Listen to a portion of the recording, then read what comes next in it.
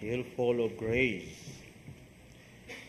December 8, 1854, Blessed Pope Pius IX declared and proclaimed this dogma of the Immaculate Conception of the Blessed Virgin Mary, and teaches us that from the first moment of her conception, the Blessed Virgin Mary was, by the singular grace and privilege of Almighty God, and in view of the merit of Jesus Christ, Savior of mankind, kept free from all stain of original sin. Wow. Grabe ka. Nindot maigso, no? Macula is Latin, no? In English, stain. So, immacula means without the stain, no? Without stain of sin.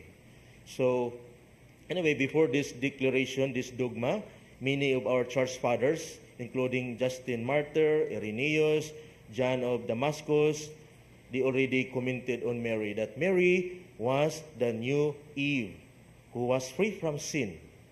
So, after this dogma, 4 years later, a lady appeared to a girl, Bernadette, no? And Bernadette asked, "Who are you?" And the lady said, "I am the Immaculate Conception." Wow. Today, it is good to contemplate and meditate, no? What is it for me now? No? How is it to me? Let me borrow the homily of Pope Francis last night. Pope Francis celebrated the Solemnity of Immaculate Conception last night together with the 21 new cardinals. And he challenged all the faithful, all of us. And he wants us to look at Mary, our exemplar, our example, our model. Pope Francis said, no? I like this one. He said that, what is the use of having a full bank account, a comfortable home, and real virtual relationships if our hearts remain cold, empty, and closed? What is the use of achieving great financial growth in privileged countries if half of the world is starving or ravaged by war, and the others look on with indifference? This is a good question, no? For all of us also, no? The challenge, no? What is the use of achieving, no? Great financial, no? So, Pope Francis pointing the Virgin Mary as a model for transforming the world. He said, Mary's heart, free from sin and open to the Spirit, it is a heart that gives itself completely. So, a selfless heart, no? So imagine, Mary's beauty, he continued, no? It's not a distant or unattainable. It is a gift to all, one that calls for a similar response from us. So the Immaculate Virgin Mary is beautiful, no? In her beautiful fruitfulness, since she recognizes that she must die to herself in order to give life, forget herself in order to care for the poor and vulnerable who turn to her. So this is our challenge, my dear sisters and brothers in Christ, no? So speaking of that, Mary's example, it's a call to action for all of us, no? How to change the world, no? As Pope Francis said, Mary's example calls on us to help change our world for the better, no? So building a future of solidarity. How is it possible, no? So this is our challenge now in today's world. If you look at the world, diba? Gira dinhi dito mga balita, no? So let us now focus on Mary, no? So Pope Francis said, neither love nor happiness can arise from the presumption of self-sufficiency. A life focused solely on personal gain, detached from the struggles of others, leads only to emptiness. Wow. It's a good reminder for all of us, no? So he called us to, all of us believers, to embrace the virtues of Mary, no? The filial, spousal, and maternal love as pathways to renewal. So what is needed for all of us is that, we ask the grace of the Lord, no? And we have to go to Mother Mary. Do not be afraid to go to Mary. Why? Because she's already full of grace. Full.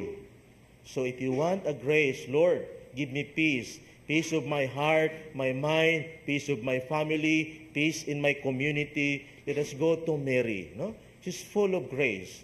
All of us, we need that grace. So this is our challenge, a call to action. No? As Pope Francis said, let us look to Mary Immaculate and ask her to conquer us through her loving heart. May she convert us and make us a community in which filial, spousal, and maternal love may be a rule and criterion of life. So this is a great challenge into this world. No? Dili sayo, no? But by the grace of God, no? Nothing is impossible. No? All you have to do is to approach, no? To go to her. No? Some people said, why we go to Mary? No? We can go to Jesus directly. Hey, no? Even God himself, God approached Mary first. No? Before no? He approached the humankind to save, to redeem the world. And then, thanks to Mary, she said, yes. In the bottom line of our gospel today, I am the handmaid of the Lord. May it be done to me. So meaning, she said, yes. So let us say yes to the Lord. No, my dear sisters and brothers, if you want to change the world for better world, first let us change our heart. No, let us go home and change our heart. No, and follow the virtues of Mary. No, the Immaculate. No, Immacula. No? So pray. No, as we continue this Holy Eucharist, as we continue this journey that we call life, we renew our ato bang sa tawag na atong i-renew ato ang consecration to Mary, no? So nina salamat sa Ginoo daghan kinang umpisal, no? They want to be cleansed of sins, no? Sa dul ta sa Ginoo para malimpyo ta, no? Ma-change ta, no? Kung gusto nato ma-change ang kalibutan. Ano man ingon ana dinhi, no?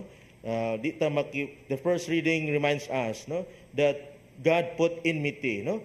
He said, I will put enmity between you and the woman.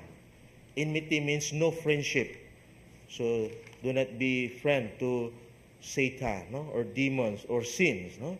So, in the second reading, it reminds us, St. Paul reminds us that we are chosen, no? In Him, we were also chosen, destined, in accord with the purpose of the one who accomplishes all things. So, we are chosen by God. By our baptism, we need to no? Continue, no? The mission that God wants us to do. No? So pray for the grace of the Lord. No? Mary, full of grace, the Immaculate, no? Pray for us. Amen.